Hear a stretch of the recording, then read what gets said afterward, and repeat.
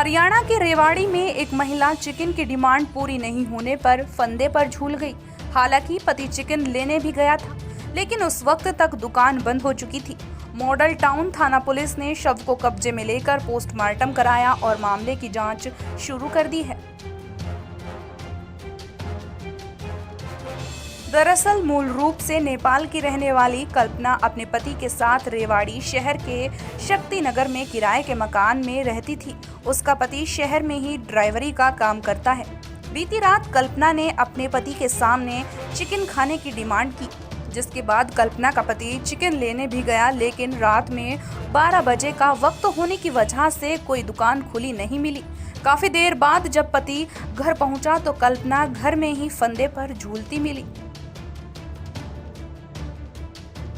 अब रात को इन दोनों में झगड़ा हुआ था, हल्का फुल्का झगड़ा होने के बाद अब रात को ये 1:30 बजे इन्होंने मेरे को फ़ोन होगा था कि उसने आत्महत्या कर ली, खुदकुशी कर ली।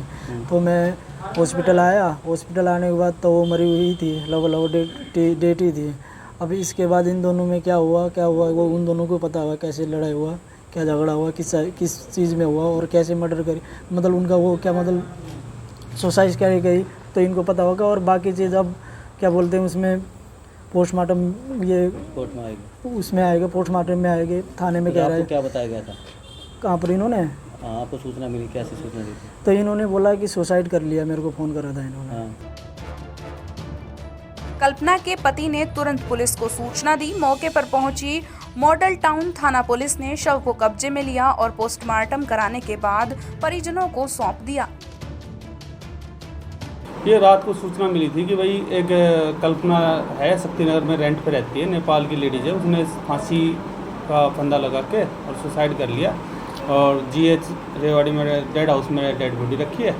तो सुबह जाके मौका पे गए, वहाँ जाकर मौका मुआयना किया और उसके जो 2 साल पहले जो इसका हस्बैंड बन के रह रहा है करण सिंह सावत, उसने अपनी लिखित शिकायत दी है कि भाई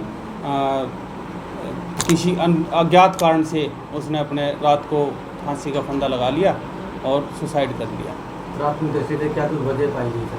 अभी तक वजह कोई सामने नहीं आई है। ये पोस्टमार्टम रिपोर्ट के बाद ही कुछ बात बनेगी।